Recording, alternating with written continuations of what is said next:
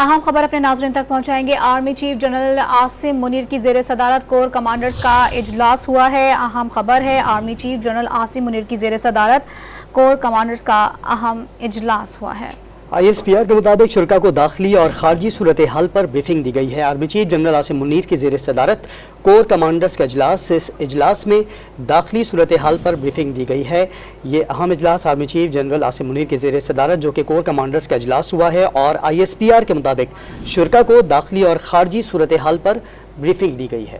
ISPR کا بتانا ہے کہ شرکاء کو داخلی اور خارجی صورتحال پر تفصیلی طور پر بریف کیا گیا ہے۔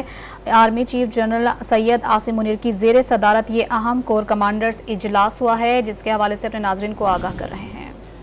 کور کمانڈرز کے شرکاء کا دہشت گردی کے خلاف جنگ کے شہداء کو شانجار خراج عقیدت پیش کیا گیا ہے۔ اس پر ہم بات کرتے ہیں ڈان نیوز اسلام آباد کے چیف رپورٹر، ڈان نیوز اسلام آباد کے بیورو چیف افتخار شیراز سے۔ شیراز صاحب بتائیے گا ISPR نے مزید کیا بتایا اس اجلاس سے متعلق؟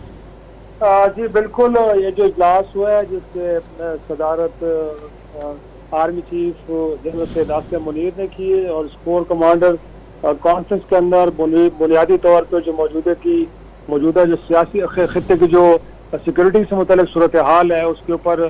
طویل گفتگو کی گئی ہے۔ اس موقع پہ ایک تو جو مسلح افواج کے افسر اور جوان جو دفاع وطن کے لیے اپنی قربانیاں پیش کر رہے ہیں ان کو خراج تحسین پیش کیا گیا ہے۔ ساتھ میں اس نقطے کے اوپر بھی غور کیا گیا ہے کہ جو خطے میں اس وقت اور بالخصوص ایک پڑوسی ملک کے اندر جو کالعدم تحریک طالبان پاکستان اور دیگر جو دہشت گرد گروپ ہیں ان کی موجودگی، اور وہاں سے ان کو ایک طرح سے پاکستان میں دہشت گردی کی کارروائیوں کے لیے جو ایک آزادی حاصل ہے گویا کہ اس کے اوپر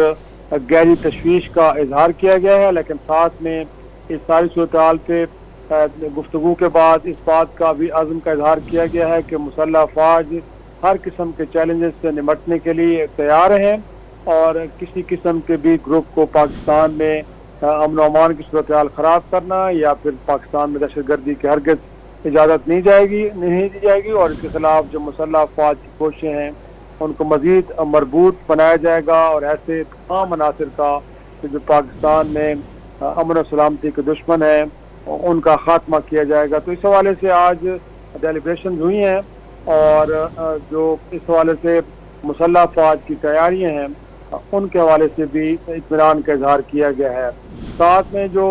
گورنمنٹ آف پاکستان نے مختلف سیکٹرز کے اندر جو آپ نئے ترقیاتی منصوبے بالخصوص جو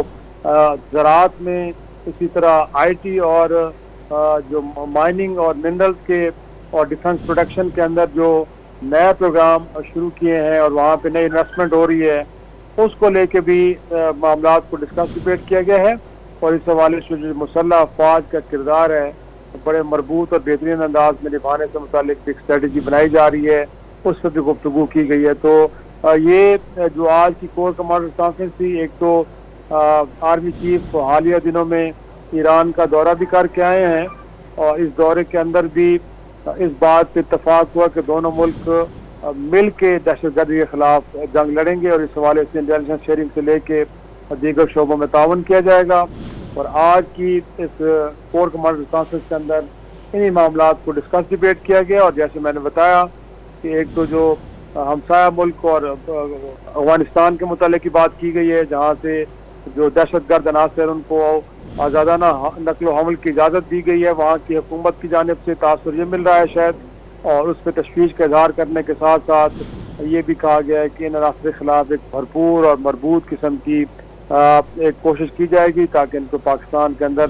جو امن و امان کی صورتحال خراب کرنے کی کسی قسم کو کوئی موقع نہ ملے۔ تو یہ ہے، اور ساتھ میں جو میں نے جیسے بتایا کہ جو حکومت پاکستان کی نئی کوششیں ہیں مختلف شعبوں کے اندر ترقی کے عمل کو آگے بڑھانے کی، اس حوالے سے بھی جو مسلح افواج کے کردار ہے اس کے اوپر گفتگو کی گئی ہے۔ جی ٹھیک، افتخار شیرازی بہت شکریہ آپ کا۔